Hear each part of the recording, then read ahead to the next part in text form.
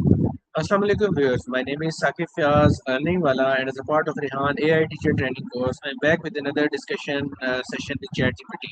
Today, the topic of our discussion is understanding the psychology of motivation. So, let's dive in. Hello, ChatGPT. Hello, Sakib Fayaz Wala. Glad to join you for this session. Let's dive into the psychology of motivation. I will start with a question that is foundational in nature. That is, what is motivation really, and why do some things inspire us to take action while others leave us completely indifferent?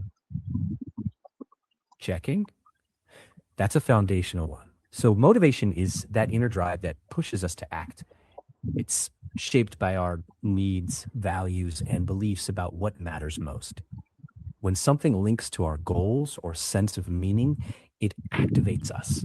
Without that connection, tasks feel empty or irrelevant, so we drift. Basically, it's about value and expectancy. If we believe we can succeed and the outcome matters, motivation rises. Within the perspective of psychology, are there any types of motivation, and how do they differ from each other? Checking. Sure. Intrinsic motivation comes from genuine interest or personal meaning, like learning a language because you love it. Extrinsic motivation comes from external rewards like money, grades, or recognition. Both drive behavior, but intrinsic tends to lead to longer lasting engagement because it connects to identity and satisfaction rather than just the reward. Why do some people feel highly motivated to achieve something but still struggle to make the first step? Checking. That's insightful. Often, the gap between wanting and doing is about fear, doubt, or the task feeling too big.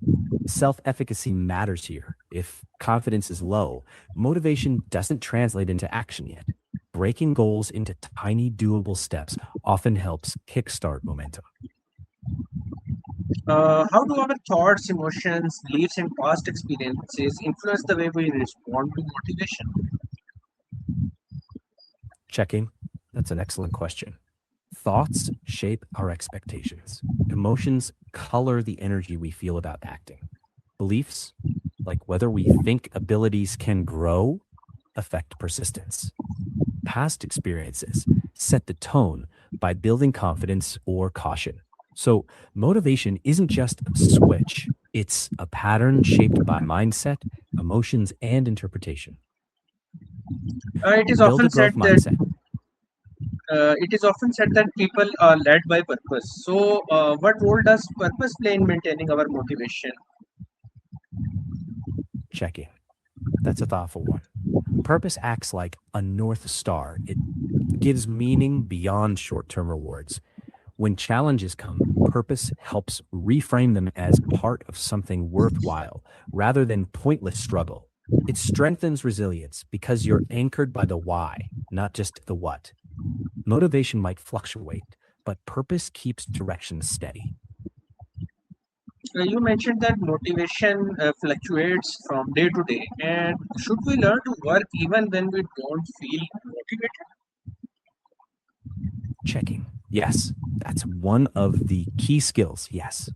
Motivation ebbs and flows.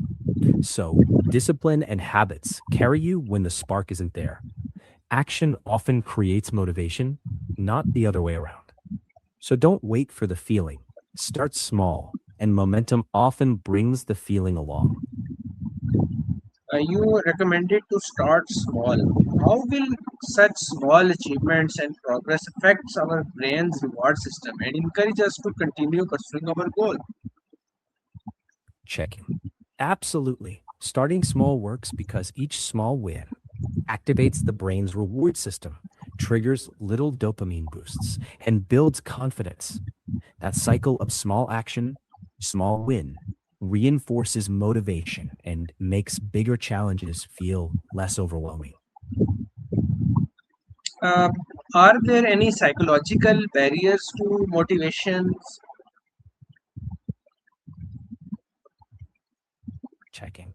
Yes, several. Fear of failure. low self efficacy, perfectionism, procrastination, fixed mindset, stress, anxiety, even burnout can drain motivation. Recognizing them is step one. With small steps, support, and reframing mistakes as learning, you can get motivation back on track. Can you explain each of these barriers with insightful examples so our viewers can understand them better? Checking. Sure. Understanding them makes it easier to spot and address. Fear of failure might look like a talented student never applying for a scholarship because they're scared they'll mess up or get rejected. Low self efficacy is thinking, I'm just not good at tech, so you never start. Perfectionism shows up as endless editing, like spending weeks on one video and never publishing. Procrastination might look like scrolling social media instead of studying for an exam, just avoiding discomfort. A fixed mindset means thinking, I'm just not a math person, instead of, I can improve with practice. Stress and anxiety sap mental energy, like an employee under constant deadlines who can't stay motivated. Burnout is long enthusiasm after months without rest. The good news? These barriers can shrink with small steps, better routines, and asking for help. Motivation isn't zero or one, it's rebuilt one doable step at a time. Uh, the next question is how can someone distinguish when he is genuinely lacking motivation or simply being mentally overwhelmed by any of the barriers? Checking. Great question. Lack of motivation is usually task specific. You can still enjoy other things, and motivation often returns with purpose or a small step. Mental burnout feels deeper and more widespread, and it drains energy across activities. If rest doesn't help and everything feels flat, that's burnout. If it's just one task, that's likely low motivation. Ask yourself, do I have energy for things I usually like? If yes, probably motivation. If no, rest and boundaries come first. Treat them differently. Motivation responds to purpose and small wins. Burnout needs genuine recovery. When one is demotivated, Mhm. should we wait for our motivation or confidence to return, or should we start taking small actions? Checking. That's practical. Small actions first. Take a little step, even if it's tiny, because action builds momentum and confidence grows from doing, not waiting. Why do some people remain motivated after repeated failures while others quickly lose the desire to continue? Checking. Again, excellent question. It often comes down to mindset and purpose. Those who stay motivated tend to see failure as feedback, not a verdict. They lean on resilience and a growth mindset. People who lose motivation may interpret failure as proof they're not capable, so they stop trying. Strong purpose also helps people push through setbacks because the goal means something bigger than the temporary stumble.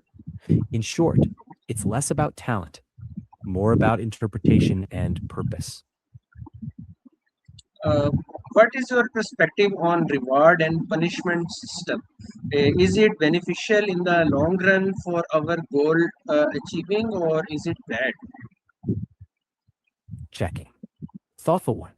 Rewards can help reinforce new habits, but relying only on external rewards can make motivation fragile. Punishments may stop unwanted behavior briefly, but they rarely build long term engagement. Better to root motivation in intrinsic satisfaction, using rewards sparingly to celebrate progress, not control it. So, more effective long term to connect goals to purpose and enjoyment of the journey.